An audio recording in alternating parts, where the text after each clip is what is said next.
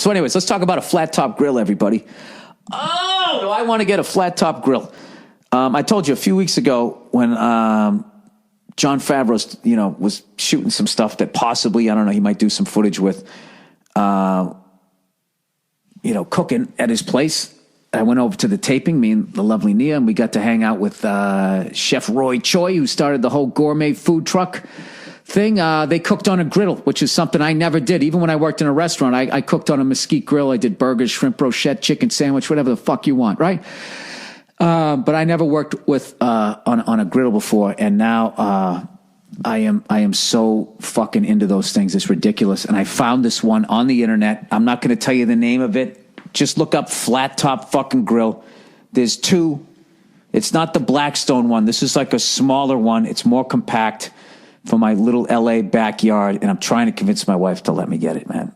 Because we're redoing the kitchen. And so when we went to go do the stove, like the one that had the little griddle on it was just going to take up too much counter space. We have like a small kitchen area. And the number one thing was I hated there was like no prep area in the kitchen. And I hated the island. Have I ever told you guys that? How much I hate a fucking island in a kitchen? I didn't care if it could fit. In my kitchen, it couldn't fit. They just put an island in there because it was like the fucking thing to do. And you just walk. It's like having a fucking hippo that passed out on booze. And you just got to walk around. Like the worst fucking thing is whatever you're at the stove and whatever you need is diagonally across the other side of the fucking island. You got to walk all around it. Okay? Now, for all my friends around the world in war-torn countries, this is what you complain about in the United States of America. That goddamn island in your fucking brand new kitchen, right? Sorry. But anyways, so we didn't get the griddle, and now I'm already kicking myself because we ended up going with this stove. It has 6 burners. I'm like, well, there's 2 of us. Like, what the fuck do we got? Even when we have Thanksgiving dinner, I've never had more than 3 going at a time.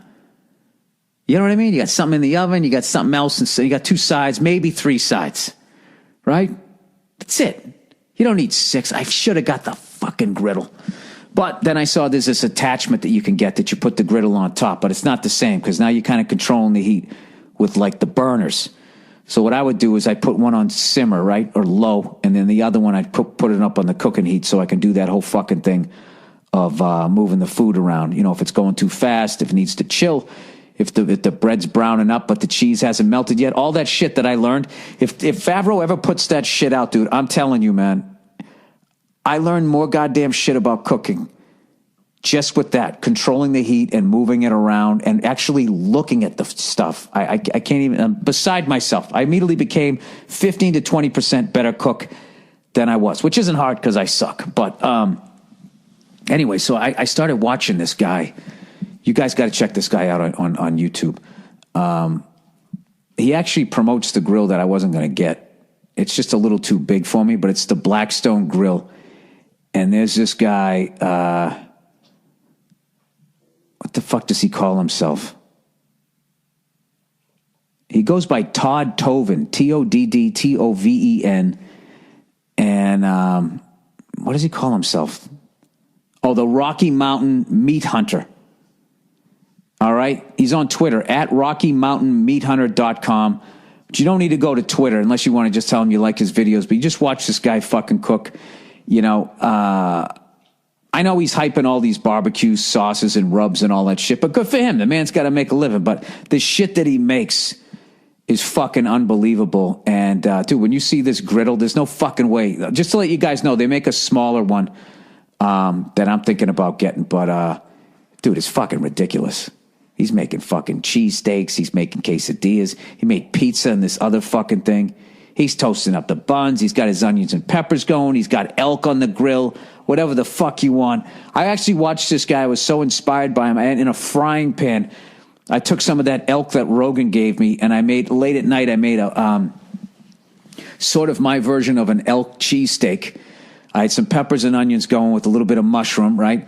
And then the meat that he gave me is more like hamburger. So it was more the consistency of hamburger. So I couldn't really lay it in. I had to kind of pour it into the bun. But I put the provolone on top. I don't like the whiz, dude. I don't like the whiz. Provolone on top. I could have seasoned the meat a little bit more. Just my salt shaker. I don't know what it is. I can't see it coming out. It comes out so finely, and I was tasting it. and I didn't want to oversalt it, but I probably should put like, I don't know, garlic salt or something like that in there. But with cheese on top with the mushrooms and then the peppers. And then I had the best fucking roll ever. And I made this thing like 1 a.m. I was coming home from doing my spots, and I made it, and, Nia sitting there going, "What are you doing? It's too late." And then I made the thing. I came walking in, and she was like, "What is that?" Right? And I gave her a bite, and then, of course, she does that fucking shit. "I want one." "Oh, look who it is." "Oh, she just called, and I missed the call." Anyways, so I am crazy into doing that. So I'm thinking about getting that for the backyard. We'll see. He has already given me, she knows what she's doing. She's just sort of, like when you're really excited about getting something, your wife just sort of is quiet and nods. That means they don't want you to get it. And they're just hoping that your excitement will go away after a couple of days. But I do the same thing to her. "What's up, buddy?" You totally know how to work the angles, don't you, Cleo? Sometimes when she wants something, rather than coming over and being crazy, she just comes over and she'll just put her head on my leg and then just sort of look at me. How do you resist that?